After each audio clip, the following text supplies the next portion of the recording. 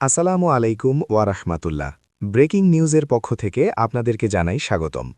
আজকে আপনাদের জন্য একটি ভিন্ন রকম নিউজ নিয়ে আপনাদের মাঝে হাজির হয়েছি। বাংলাদেশের তেল সংকট নিয়ে আরেকটি দুঃসংবাদ। ৮ জেলায় অনির্দিষ্টকালের জন্য তেল সরবরাহ বন্ধ। আসুন বিস্তারিত জেনে নেই। ধৈর্য সহকারে পুরো ভিডিওটি দেখার আমন্ত্রণ জানাচ্ছি। এরকম সকল নিউজ পেতে আমাদের চ্যানেলটিতে সাবস্ক্রাইব করে বেল বাটন করে পাশেই থাকুন। নীলফামারীতে জ্বালানি তেল চুরির অভিযোগে ৩ শ্রমিককে কারাদণ্ড ও জরিমানা দেওয়ার প্রতিবাদে রংপুর বিভাগের ৮ জেলায় অনির্দিষ্টকালের কর্মবিরতি শুরু হয়েছে।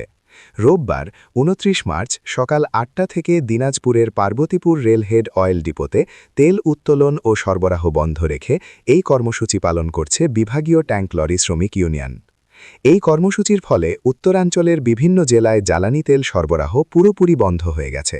শ্রমিকদের এই আন্দোলনের সঙ্গে সংহতি জানিয়েছে পেট্রোল পাম্প মালিক সমিতিও, যার কারণে পরিস্থিতি আরও জটিল হয়ে উঠেছে।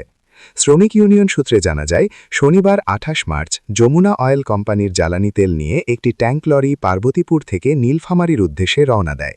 পথে যান্ত্রিক ত্রুটির কারণে গাড়ি থামিয়ে মেরামতের সময় ঘটনাস্থলে উপস্থিত হন নিয়াজ ভুইয়া এবং তেল চুরির অভিযোগ আনেন।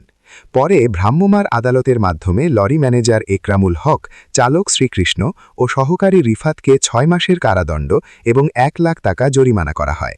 শ্রমিকরা এই দণ্ডকে হয়রানিমূলক আখ্যা দিয়ে তা প্রত্যাহার এবং আটক শ্রমিকদের মুক্তির দাবি জানিয়েছেন। রংপুর বিভাগীয় ট্যাঙ্ক লরি শ্রমিক ইউনিয়নের সভাপতি আতাউর রহমান বলেন, তাদের শ্রমিকরা চুরির সঙ্গে জড়িত নয়, বরং গাড়ি মেরামত করছিলেন। দ্রুত মুক্তি না দিলে আন্দোলন আরও কঠোর করার হুঁশিয়ারি দেন তিনি। এদিকে পরিস্থিতি স্বাভাবিক করতে প্রশাসনের পক্ষ থেকে শ্রমিকদের সঙ্গে আলোচনা করা হয়েছে বলে জানিয়েছেন সাদ্দাম হোসেন। তিনি বলেন, মোবাইল কোর্টের রায়ের বিরুদ্ধে সরাসরি মুক্তির সুযোগ নেই, নিয়ম অনুযায়ী আপিল করতে হবে। শুনানি হলে দ্রুত জামিন পাওয়ার সম্ভাবনা রয়েছে, তবে শ্রমিকরা এখনও এই প্রস্তাবে সাড়া দেয়নি। বর্তমানে এই কর্মবিরতির কারণে জ্বালানি তেল সরবরাহ বন্ধ হয়ে পড়ায় জনজীবনে ভোগান্তি বাড়ার আশঙ্কা দেখা দিয়েছে।